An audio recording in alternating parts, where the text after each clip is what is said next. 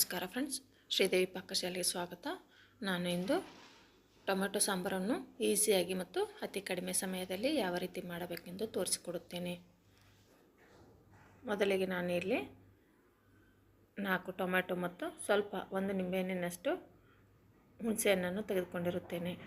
ನೋಡಿ ಫ್ರೆಂಡ್ಸ್, ಇವೆರಡನ್ನು ಈ ರೀತಿ ಕೈಯಿಂದ ಕಿವುಚಿ ರಸವನ್ನು ತೆಗೆದುಕೊಳ್ಳಬೇಕು.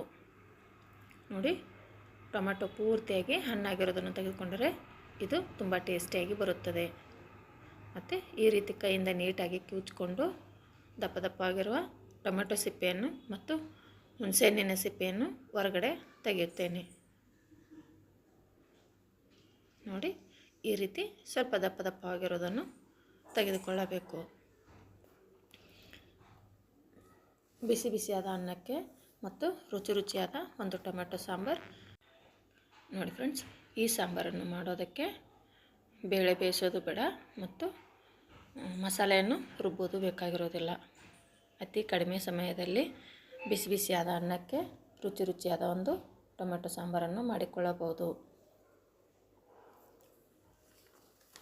ನೋಡಿ, ಕೆಲಸಕ್ಕೆ ಹೋಗುವ ವರ್ಕಿಂಗ್ ವುಮೆನ್ಸ್ಗೂ ಕೂಡ ಮತ್ತು ಬ್ಯಾಚುಲರ್ಸ್ಗೂ ಇದು ತುಂಬ ಹೆಲ್ಪ್ ಆಗುತ್ತದೆ. ಒನ್ ಟೈಮ್ಗೆ ಯಾವ ಸಾಂಬಾರು ಮಾಡಬೇಕೆಂದು ಟೆನ್ಷನ್ ಇದ್ದರೆ ಇದನ್ನು ಒಮ್ಮೆ ಟ್ರೈ ಮಾಡಿ ನೋಡಿ. ಇದು ನಿಮಗೆ ತುಂಬ ಇಷ್ಟವಾಗುತ್ತದೆ.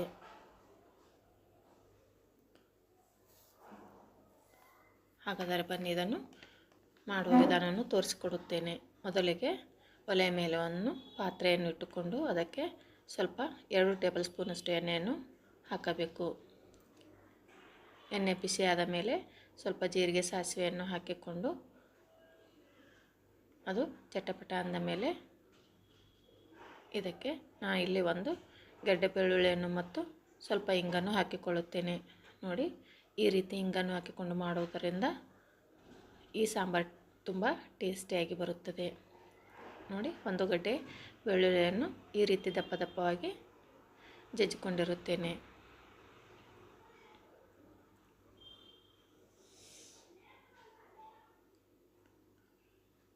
ಸ್ವಲ್ಪ ಇದಕ್ಕೆ ನಾನಿಲ್ಲಿ ಒಂದು ಈರುಳ್ಳಿಯನ್ನು ಕೂಡ ಸೇರಿಸಿಕೊಳ್ಳುತ್ತೇನೆ. ನೋಡಿ ಫ್ರೆಂಡ್ಸ್, ಬೆಳ್ಳುಳ್ಳಿ ಪೂರ್ತಿಯಾಗಿ ಕೆಂಪಗಾಗಬಾರದು, ಸ್ವಲ್ಪ ಎಣ್ಣೆಯಲ್ಲಿ ಫ್ರೈ ಆದರೆ ಸಾಕು. ನಂತರ ಇದರ ಜೊತೆಗೆ ಇಲ್ಲಿ ನಾನು ಒಂದು ಈರುಳ್ಳಿಯನ್ನು ಕೂಡ ಸೇರಿಸಿಕೊಳ್ಳುತ್ತೇನೆ. ಒಂದು ಸಣ್ಣ ಗಾತ್ರದ ಈರುಳ್ಳಿಯನ್ನು ಈ ರೀತಿ ದಪ್ಪ ದಪ್ಪವಾಗಿ ಕಟ್ ಮಾಡಿಕೊಂಡು ಹಾಕಬೇಕು.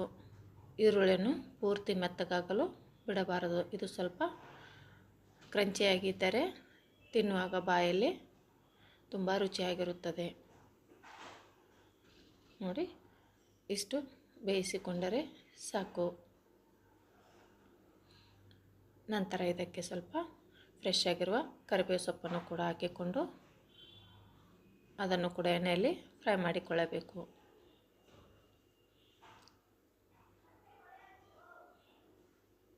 ನೋಡಿ, ಈರುಳ್ಳಿ ಇಷ್ಟು ಫ್ರೈ ಆದರೆ ಸಾಕು. ನಂತರ ಇದಕ್ಕೆ ಸ್ವಲ್ಪ ಅರಿಶಿನ ಪುಡಿಯನ್ನು ಸೇರಿಸಬೇಕು.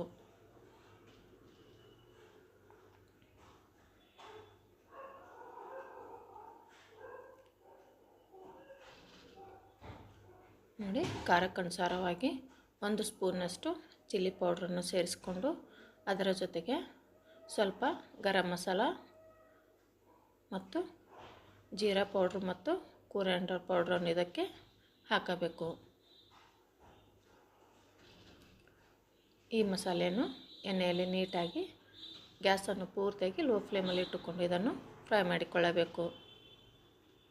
ನೋಡಿ ಫ್ರೆಂಡ್ಸ್, ನಂತರ ಮೊದಲೇ ಟೊಮೆಟೊ ಮತ್ತು ಹುಣಸೆಹಣ್ಣನ್ನು ಕಿವುಚಿಕೊಂಡಿರುವ ರಸವನ್ನು ಈ ಒಗ್ಗರಣೆಗೆ ಸೇರಿಸಿಕೊಳ್ಳಬೇಕು. ನೋಡಿ, ಈ ರೀತಿ ಒಗ್ಗರಣೆ ಕೊಟ್ಟರೆ ಈ ಸಾಂಬಾರು ತುಂಬ ಟೇಸ್ಟಿಯಾಗಿ ಬರುತ್ತದೆ. ನಂತರ ನಿಮಗೆ ಎಷ್ಟು ಬೇಕಷ್ಟು ಇದಕ್ಕೆ ನೀರನ್ನು ಸೇರಿಸಿಕೊಳ್ಳಬಹುದು. ತುಂಬ ತಿಳಿಯಾಗಿ ಮಾಡಿದರೆ ಇದು ರಸಂ ಥರ ಆಗುತ್ತದೆ. ಆದ್ದರಿಂದ ಸ್ವಲ್ಪ ಗಟ್ಟಿಯಾಗಿ ಮಾಡಿಕೊಳ್ಳಬೇಕು.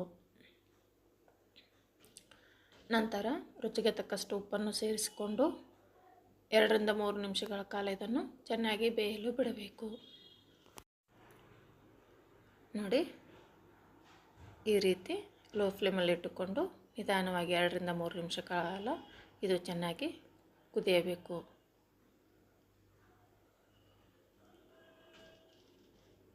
ನಂತರ ಇದಕ್ಕೆ ನಾನಿಲ್ಲಿ ಸ್ವಲ್ಪ ಫ್ರೆಶ್ ಆಗಿರೋ ಕೊಕೊನಟ್ ತುರಿಯನ್ನು ಕೂಡ ಸೇರಿಸಿಕೊಳ್ಳುತ್ತೇನೆ.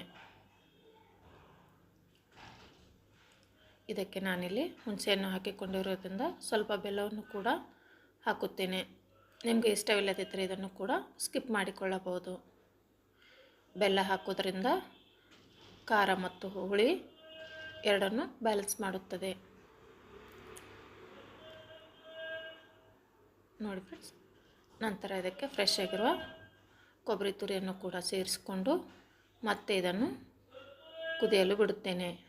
ಕೊಬ್ಬರಿ ತುರಿಯನ್ನು ಹಾಕಿಕೊಂಡ ನಂತರ ಬೇಗನೆ ಗ್ಯಾಸನ್ನು ಆಫ್ ಮಾಡಿಕೊಳ್ಳಬಾರದು, ಏಕೆಂದರೆ ಹಸಿ ಕೊಬ್ಬರಿ ತುರಿ ಹಾಕಿಕೊಂಡಿರೋದ್ರಿಂದ ಇದನ್ನು ಮತ್ತೆ 2 ರಿಂದ 3 ನಿಮಿಷಗಳ ಕಾಲ ಇದನ್ನು ಚೆನ್ನಾಗಿ ಕುದಿಸಿಕೊಳ್ಳಬೇಕು. ಇಲ್ಲವಾದರೆ ಸಾಂಬಾರು ಬೇಗನೆ ಹಾಳಾಗುತ್ತದೆ. ನೋಡಿ ಈ ರೀತಿ ನೀವು ಕೂಡ ಮನೆಯಲ್ಲಿ ಒಮ್ಮೆ ಟ್ರೈ ಮಾಡಿ ನೋಡಿ. ಇಷ್ಟವಾದರೆ ಪ್ಲೀಸ್ ಒಂದು ಲೈಕ್ ಮಾಡಿ, ಶೇರ್ ಮಾಡಿ, ಕಮೆಂಟ್ ಮಾಡಿ ಮತ್ತು ನನ್ನ ಚಾನಲನ್ನು ಸಬ್ಸ್ಕ್ರೈಬ್ ಮಾಡದೆ ನೋಡುತ್ತಿದ್ದರೆ ಪ್ಲೀಸ್ ಸಬ್ಸ್ಕ್ರೈಬ್ ಮಾಡಿಕೊಂಡು ನೋಡಿಕೊಳ್ಳಿ.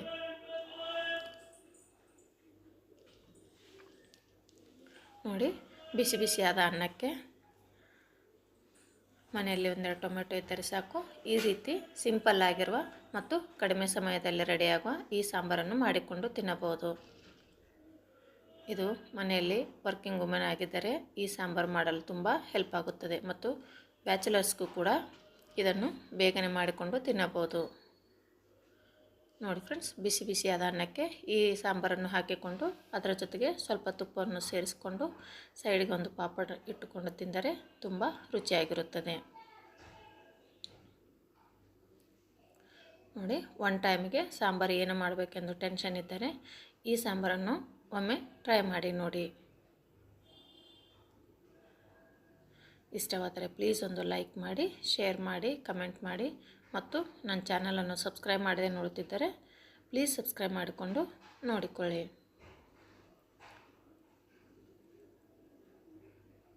ನೋಡಿ ಫ್ರೆಂಡ್ಸ್,